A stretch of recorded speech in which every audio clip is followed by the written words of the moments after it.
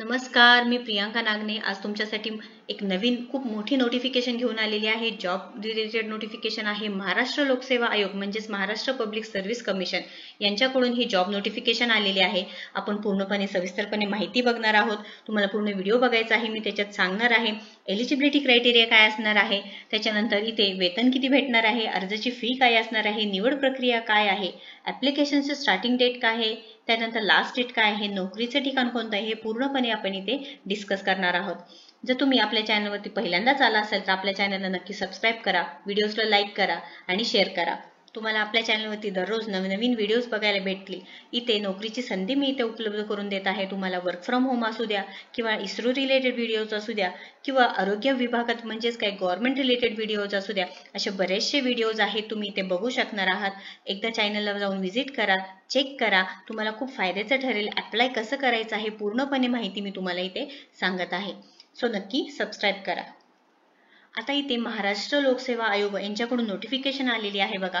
महाराष्ट्र शासनाच्या उच्च व तंत्र शिक्षण विभागातील तंत्र शिक्षण संचालनाअंतर्गत शासकीय अभियांत्रिकी महाविद्यालयात विविध विषयातील सहाय्यक प्राध्यापक महाराष्ट्र अभियांत्रिकी शिक्षक सेवा गट क्रमांक अ यांच्यासाठी हे अर्ज मागवण्यात येत आहे।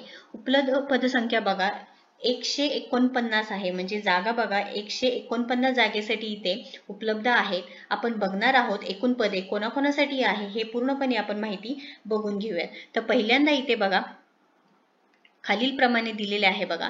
एकूण पदे 149 दिलेलं आहे। त्यानंतर सर्वसाधारणसाठी सुद्धा दिलेलं आहे, महिलांसाठी आहे काही पद, खेळाडूंसाठी आहे, अनाथांसाठी आहे आणि दिव्यांगासाठी सुद्धा आहे।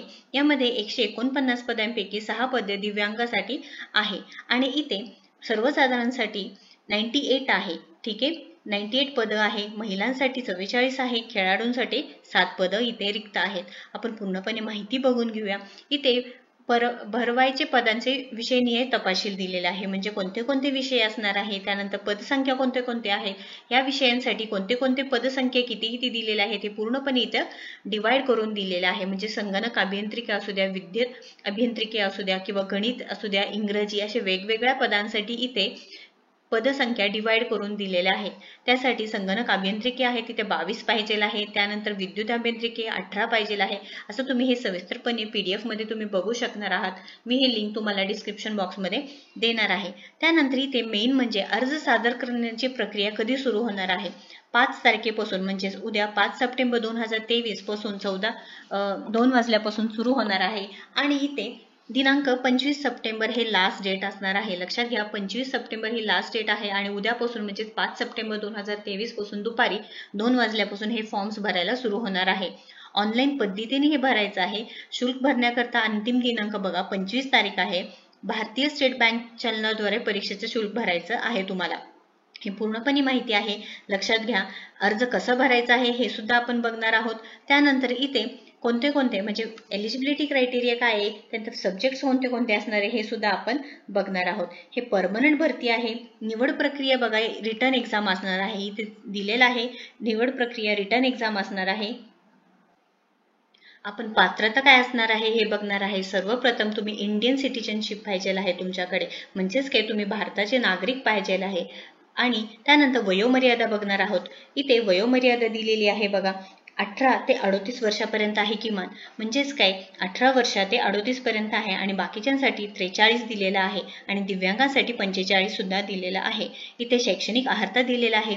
तुमचं शिक्षण BE किंवा BTech, BS, ME किंवा MTech, MS झालेलं पाहिजे आहे। इंटिग्रेटेड MTech असेल तरी सुद्धा चालणार आहे विथ फर्स्ट क्लास और equivalent either in any of the degrees असं सांगितलेलं गेलेलं आहे। तुमचे ग्रेड पॉईंट्स किती पाहिजे आहे हे सुद्धा इथं दिलेलं आहे। जेंडर एलिजिबिलिटी म्हणजेच काय तुम्ही इथे मेल असू द्या फिमेल असू द्या दोघंही इथे अप्लाय करू शकणार आहे। त्यानंतर इथे प्रमाणपत्र म्हणजे कागदपत्र तुम्हाला कोणते कोणते अपलोड करायचे आहेत हे सांगितलेलं आहे बघा। अर्जातील नावाचा पुरावा म्हणजे तुमचं SSCचं किंवा जे शिक्षण सर्टिफिकेट आहे त्याच्यावरचं जे नावाचा पुरावा असणार ते PDF द्यायचा आहे, वयाचा पुरावा द्यायचा आहे। त्यानंतर इथे बरेचसे लिस्ट दिलेले आहे। लहान कुटुंबाचं प्रतिज्ञापन, मराठी भाषेचे ज्ञान असलेला पुरावा, त्यानंतर SSC नावात बदल झाल्याचा पुरावा, हे पूर्णपणे तुम्हाला हे सारे PDF तुम्हाला इथे अपलोड करायचं आहेत। इथे अर्ज कसा भरायचा आहे हे सुद्धा आपल्याला सांगणार आहे मी. अर्ज फक्त ऑनलाईन पद्धतीने स्वीकारण्यात येतील हे सांगितलेलं आहे. त्यानंतर इथे जे तुम्हाला ऑफिशियल साईट दिलेली आहे त्यावरती जाऊन फॉर्म भरायचा आहे. त्याच्यानंतर फॉर्मची फीस दिलेली आहे. इथे फीस बघा 394 रुपीज दिलेले आहेत, म्हणजे की अराखीव किंवा खुला प्रवर्गासाठी 394 हे फीज असणार आहे आणि बाकीच्यांसाठी 294 ही फीज असणार आहे. फीज हे नॉन रिफंडेबल असणार आहे. त्यानंतर तुम्हाला ऑनलाईन पद्धतीने सुद्धा पैसे भरता येणार आहे स्टेट बँक तर्फे आणि त्यानंतर इथे ऑफलाईन पद्धतीने चलनाद्वारे सुद्धा तुम्हाला पैसे भरता येणार आहे. ही पूर्ण माहिती सांगितलेली आहे तुम्हाला. तुम्ही जर इथे एलिजिबल असाल तर नक्की इथे फॉर्म भरायचे आहेत. फॉर्मची लास्ट डेट लक्षात घ्या 25 सप्टेंबर 2023 आहे आणि स्टार्ट डेट 5 सप्टेंबर पासून भरायला सुरुवात होणार आहे. तुम्ही हे ऑफिशियल साईटवरती जाऊन तुम्ही हे पूर्ण माहिती अजून बघू शकणार आहात. हे पूर्णपणे लिंक मी तुम्हाला डिस्क्रिप्शन बॉक्समध्ये देणार आहे. तुम्ही एकदा चेक करून घ्या. आपले जे व्हिडिओज आवडत असतील तर नक्की लाईक करा, शेअर करा, आपल्या चॅनलला सबस्क्राईब करा. थँक्यू.